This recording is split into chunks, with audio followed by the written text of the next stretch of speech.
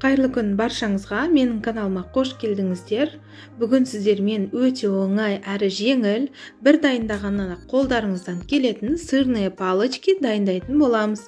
Ал ендеше менімен бірге болыңыздар. Ал ендеше бастаймыз. Ең алдымен таза ыдысымызға 2 жұмыртқа, тұз, 2 ас қасық қант саламыз. Егерде тәтті болған қаламасаңыз, 1 ас қасық жетеді. Оны жақсылап араластырамыз.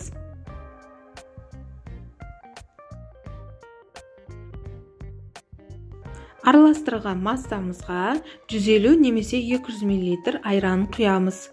Айранның температурасы үйдікіндей болуы қажет, салқын болмасын.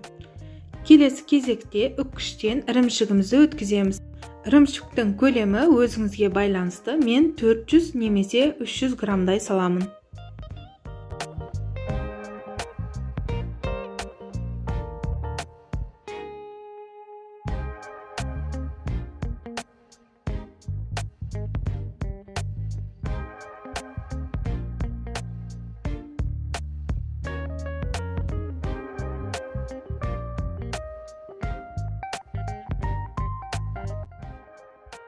Келесі кезекте петрушка саламыз. Егерде ұнатпайтын болсаңыздар, салмасаңыздар да болады, бірақ дәмі білінбейді. Майда етіп тураймыз, видеода көрсетілгендей.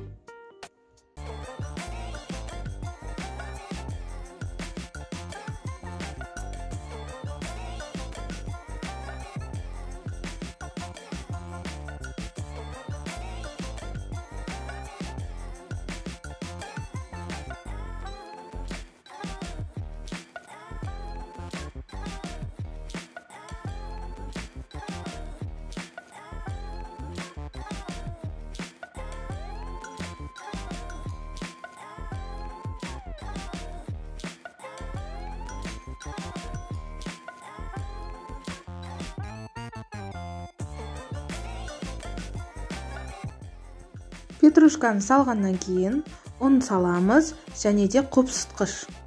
Міндетті түрде қопсытқыш саламыз. Ұнымызды елгезектен өткізіп салу қажет. Жұмсақ болғанша қамырымызды илейміз. Қатты болмауы қажет.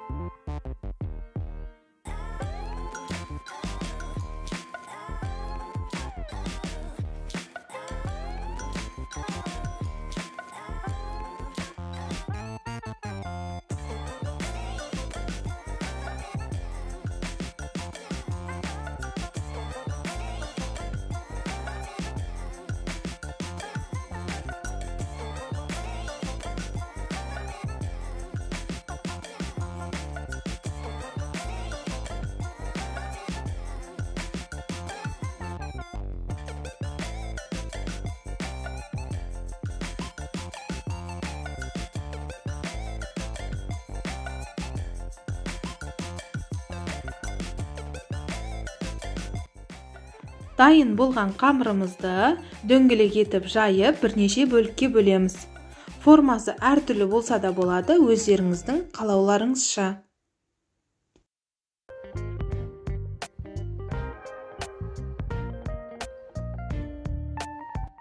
Қамырды орташа қалыңдықта жайып, бірнеше бөлікке бөліп, қызып тұрған табамызда кішкене май құйып, алды-артымен пісіретін боламыз.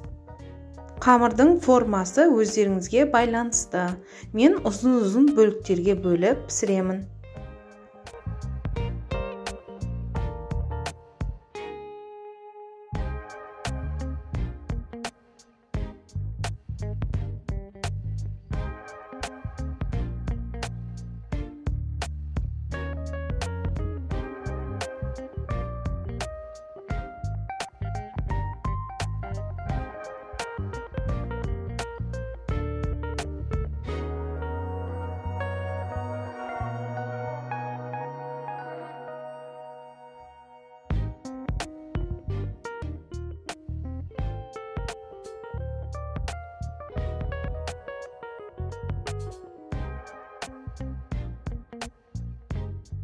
Алдымен